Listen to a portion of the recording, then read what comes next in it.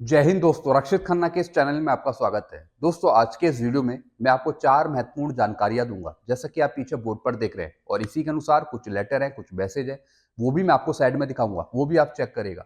Video में आगे बढ़ने से पहले एक छोटी सी गुजारिश कर रहा हूँ, अगर आप पहली बार मेरा चैनल देख रहे हैं या फिर ये वीडियो देख रहे हैं तो आप मेरा चैनल सब्सक्राइब भी कर सकते हैं, जिसका नाम है रक्षित खन्ना, क्योंकि ऐसी जानकारियां, अच्छी जानकारियां, सच्ची जानकारियां आपको मिलती रहती है इस चैनल के माध्यम से।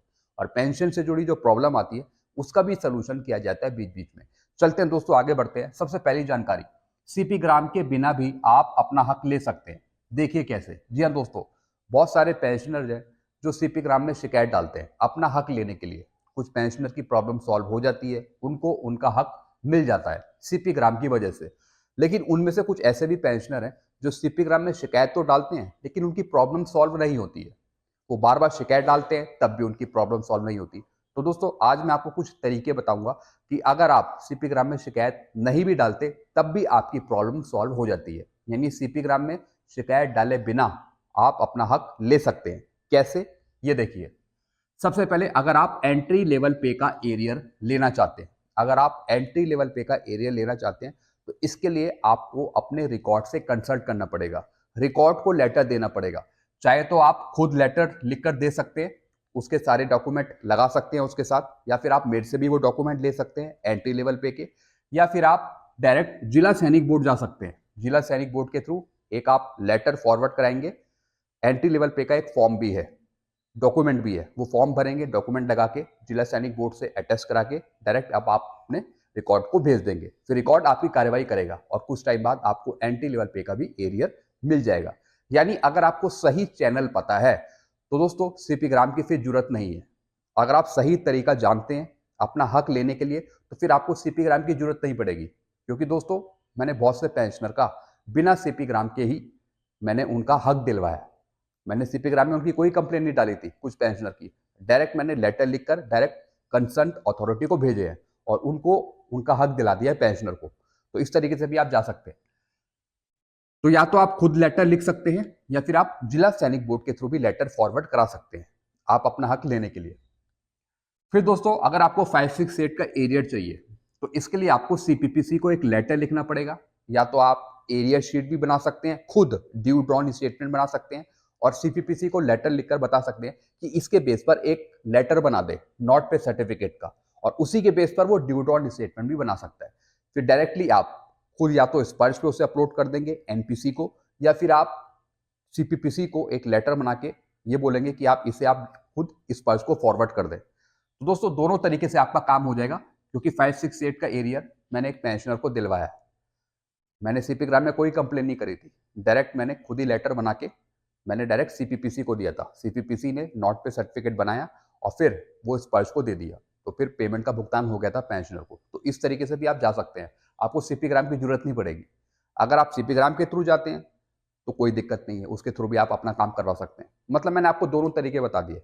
अगर आप सीपी ग्राम में शिकायत करना जानते हैं तो उसके थ्रू भी करवा सकते हैं। अगर आप सीपी ग्राम में शिकायत नहीं करना जानते तो वैसे भी आप करवा सकते हैं। अगर आपको OROP 2 का एरियर चाहिए तभी भी आपको एनपीसी बनाना पड़ेगा। यानी जितनी आपको इंस्टॉलमेंट नहीं मिली उसका आप एनपीसी बनाएंगे सीपीपीसी से और डायरेक्टली आप स्पर्श को फॉरवर्ड करा देंगे। या तो आप खुद फॉरवर्ड कर सकते हैं या फिर डायरेक्ट सीपीपीसी बैंक फॉरवर्ड कर सकता है स्पर्श को, तभी भी आपका भुगतान हो जाएगा। एक दो केस मेरे पास आए हैं और उनका मैंने सोल्यूशन भी कराया है, उसका मैं आपको कुछ टाइम बाद वीडियो में बताऊंगा कि कैसे वो उन्होंने एरियर लिया है। तो इस तरीके से भी आप जा सकते हैं। चलते हैं अगली जानकारी की तरफ। ईसीएचएस बेनिफिशियरी के लिए इम्पेनलमेंट हॉस्पिटल में ट्रीटमेंट कैशलेस है। जी हाँ दोस्तों, बहुत से इम्पेनलमेंट हॉस्पिटल है जो आपसे एडवांस पैसा ले लेते हैं ट्रीटमेंट का, जो कि गलत है। दोस्तों, एक लेटर है जो मैं आपको साइड में दिखा रहा हूं। इसमें लिखा हुआ है कि जो ईसीएचएस बेनिफिशियरी हैं, अगर वो इलाज करवाते हैं किसी इम्पेनलमेंट हॉस्पिटल में तो उनको एडवांस पेमेंट करने की जरूरत नहीं है, क्योंकि वो एक कैशलेस ट्रीटमेंट है। आप अपना इलाज कैशलेस ट्रीटमेंट के बेस पर करवा सकते हैं। कई इम्पेनलमेंट हॉस्पिटल मरीजों से एडवांस पेमेंट ले रहे हैं, जो कि गलत है। अगर कोई इम्पेनलमेंट हॉस्पिटल इलाज से पहले ही आपसे एडवांस पेमेंट लेता है तो वो गलत है। क्योंकि दोस्तों, जब MOA साइन कराते हैं ECHS के साथ तो उसमें साफ लिखा रहता है कि कोई भी एडवांस पेमेंट नहीं लेगा। पहले आप इलाज करवाइए कैशलेस बेस पर, सारी सुविधाएं लीजिए, उसके बाद ही फिर आप उसे क्लेम कर सकते हैं, जो भी आपका बिल हो। लेकिन एडवांस पेमेंट्स आपसे नहीं लिया जाएगा। हॉस्पिटल के गलत रवैया का ब्यौरा आप अपने पॉलीक्लिनिक आरसी को बताएं। ईसीएचएस बेनिफिशियरी, अगर कोई भी इम्पेनलमेंट हॉस्पिटल आपसे कोई गलत व्यवहार करता है, आपको कोई जानकारी नहीं देता, इलाज सही नहीं करता, या फिर पैसा ज़्यादा मांगता है, एडवांस पेमेंट ले लेता है, तो उसकी सारी शिकायत आप कहाँ करेंगे? अपने पॉलीक्लिनिक को या फिर आरसी को। तो दोस्तों, जो भी पॉलीक्लिनिक है वो एक हायर अथॉरिटी पे कंप्लेन करेगा उस हॉस्पिटल के खिलाफ, उस हॉस्पिटल के अगेंस्ट, फिर उस पर एक्शन लिया जाएगा। तो इस तरीके से आप कार्रवाई कर सकते हैं। तो दोस्तों, अगर आप जानकार बंदे हैं, अगर आप जानकारी रखते हैं, तो आपको किसी चीज़ की परेशानी नहीं होगी, और सारी चीज़ें आपको इस चैनल के माध्यम से समझाई जाती हैं, ताकि आपकी जानकारी बढ़े, आप जानकार बने, और कोई आपको मूर्ख ना बना सके, कोई आपको पागल ना बना सके। यानी आप जानकारी रखकर आप सामने वाले से लड़ सकते हैं कि मैं जानकार हूं, आप मुझे मूर्ख नहीं बना सकते।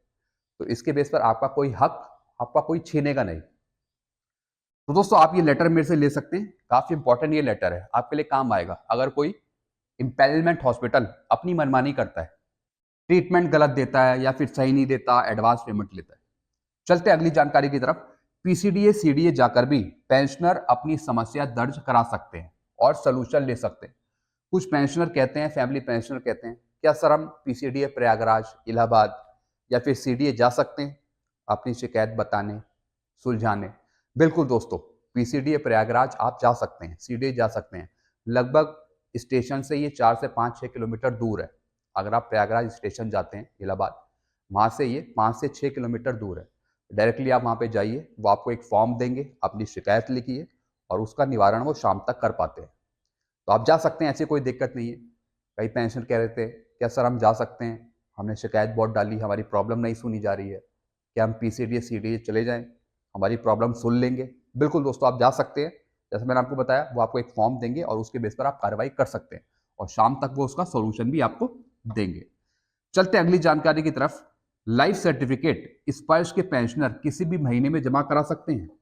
बिल्कुल दोस्तों, कई पेंशनर को कंफ्यूजन हो रहा है, क्या हम अपना लाइफ सर्टिफिकेट सिर्फ नवंबर में ही सबमिट करा सकते हैं, या फिर जिनकी एज 80 साल से ऊपर है, क्या वो अक्टूबर में ही सबमिट करा सकते हैं?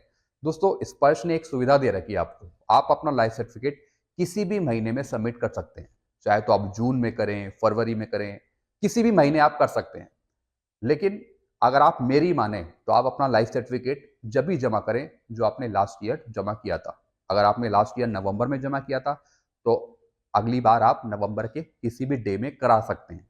अगर आपने अक्टूबर में सबमिट किया था, तो आप किसी भी अक्टूबर में दिन में आप करा सकते हैं। यानी लास्ट ईयर जहां आपने सबमिट करा जिस महीने, तो उसी महीने आपको इस बार भी सबमिट करना है। वैसे आप किसी भी महीने में जमा करा सकते हैं। तो दोस्तों, ये कुछ जानकारियां थी जो मैंने आपको समझाई। आई होप सारी जानकारी आप अच्छे से समझ गए होंगे। तो ऐसी जानकारियां आपके वेलफेयर से जुड़ी अच्छी जानकारियां मैं आपको देता रहता हूं, ताकि आपको कोई नुकसान ना हो।